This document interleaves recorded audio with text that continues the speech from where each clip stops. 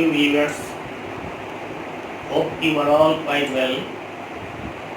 Today I will read out the poem written by John Keats. The name of the poem is given in the board, The Poetry of Earth.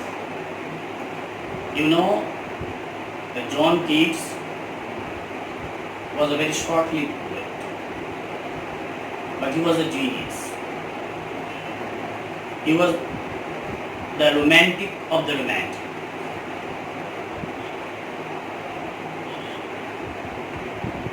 He was born in 1795 and died in 1820, barely 26 years. He suffered from consumption. Old age went into his chamber and found his icy cold hand. Keats died not out of consumption alone, but out of adverse criticism coming from different directions, because he did not belong to the aristocracy. But he firmly believed that his poetry would triumph at last, would be recognized by all and sundry. And in the future course, in future time, we have seen that Keats has become one of the outstanding romantic poets in English literature.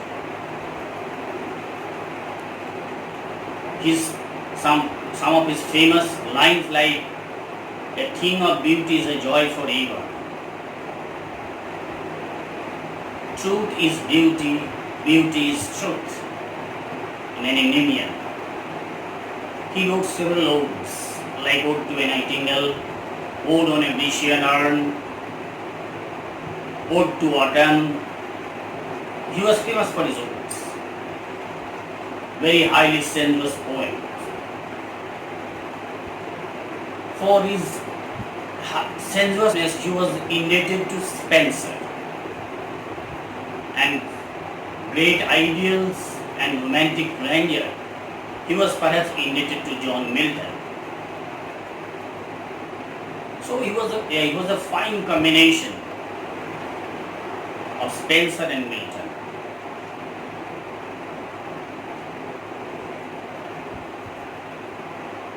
His poems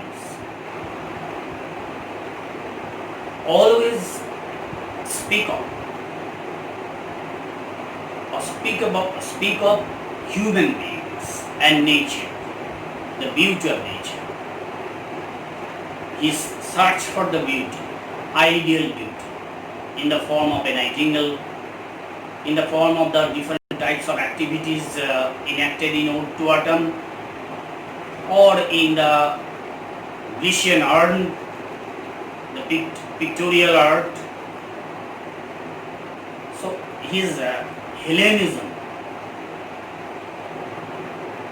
also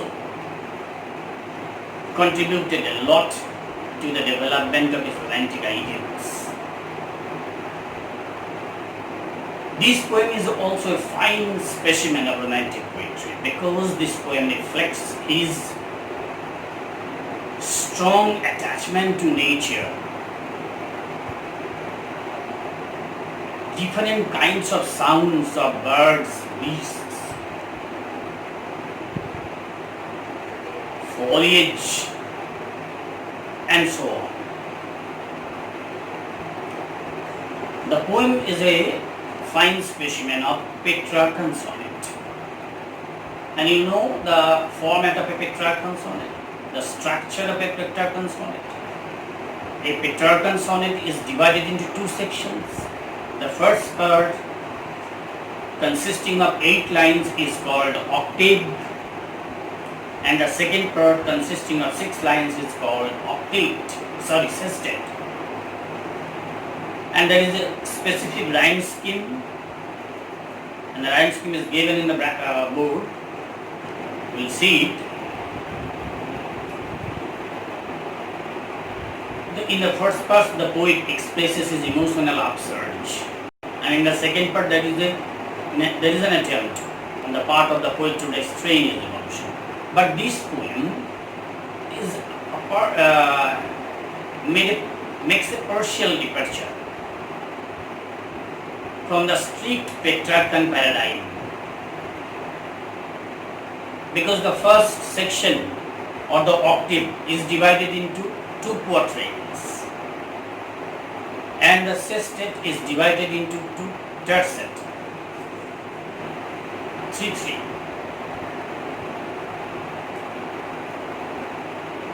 Now, today we'll try to read the first portion of the poem, that is the octave.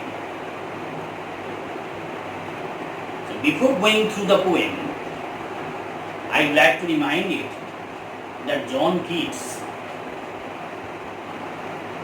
was a worshipper of beauty, just like Wordsworth, who was a worshipper of nature. So as a worshipper of beauty, there is a tendency on the part of the poet to search for the inner core of beauty in each and every aspect of nature. Now come to the poem, page number 109. See this poem, the poetry of art.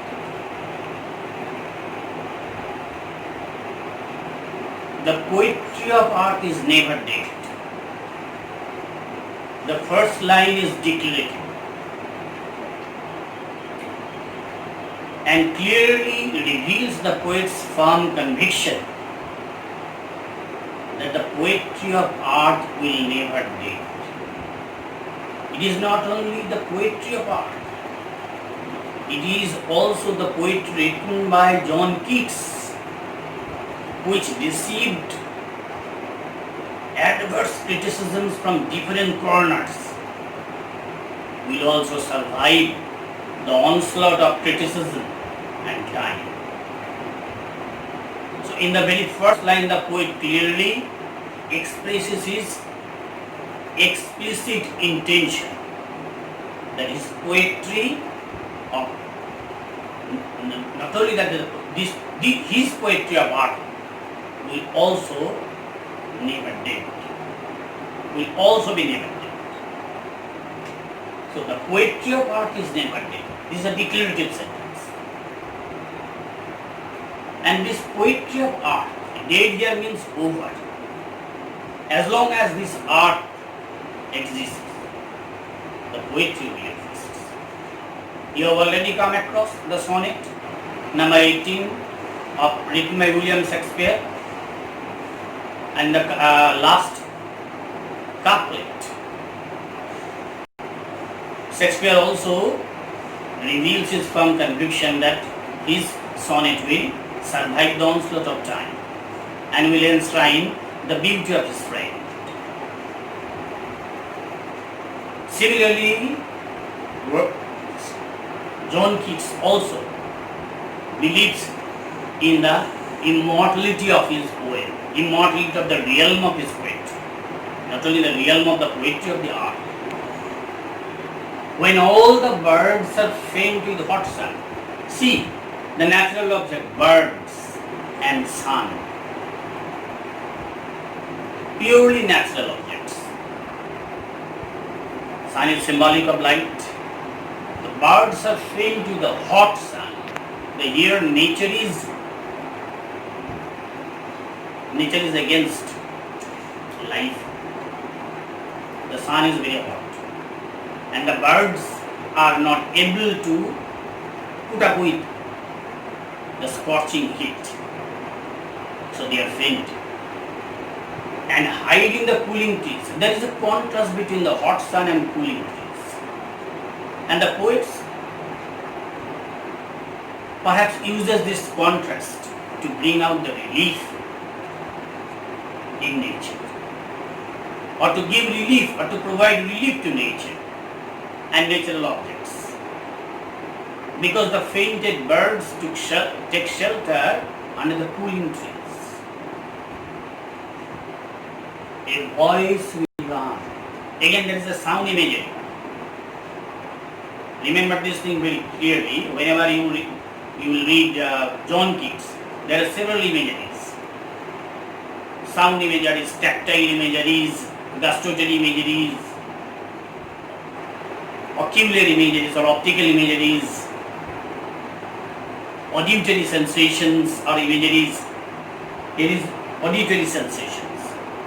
That is, a voice will run from hedge to hedge.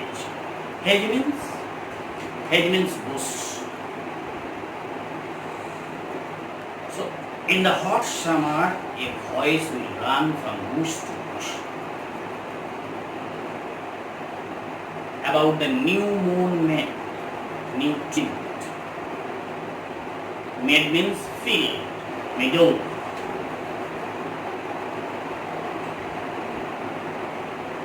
That is the grasshopper. Bangapuri. That is the grasshopper. Here G has been capitalized because it is symbolic of summer. It carries the song of summer in the absence of other birds who are fainted with the hot sun. He takes the lead in summer luxury. Luxury means here abundance. He has never done without tired, without exhausted. His delights for when he tired out with fun. When other birds and beings are exhausted or faint with the hot sun, it is the grasshopper who carries the song of the season. The song will unstoppable.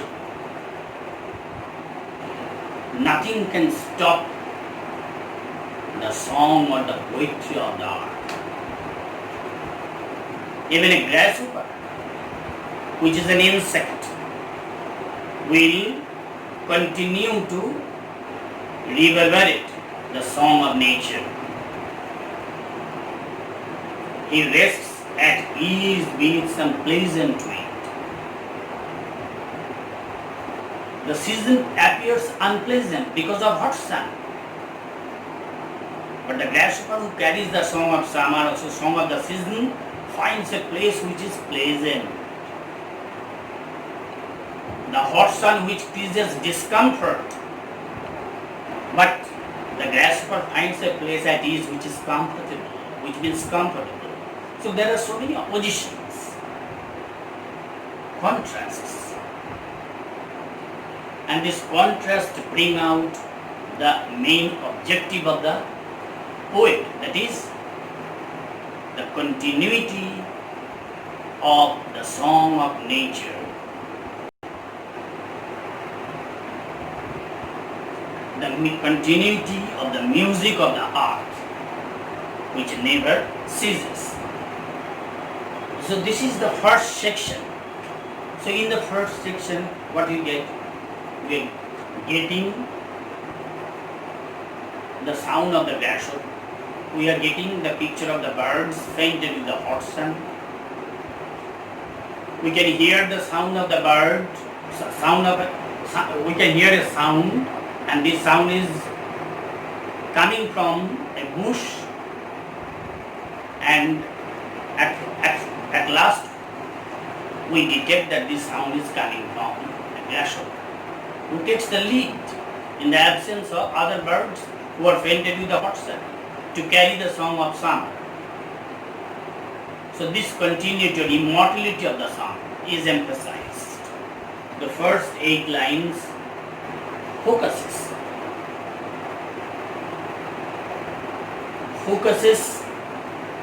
the theme of the continuity of the song of summer. It is the celebration, continuous celebration of the season. The grasshopper carries the music through sound. This is all about the poem. Now come to the vocabularies and some other important information. This poem is taken from the poetical works of John Keats, which was published in 1884.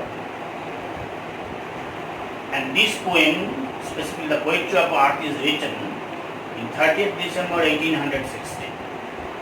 It is a Petrarchan sonnet.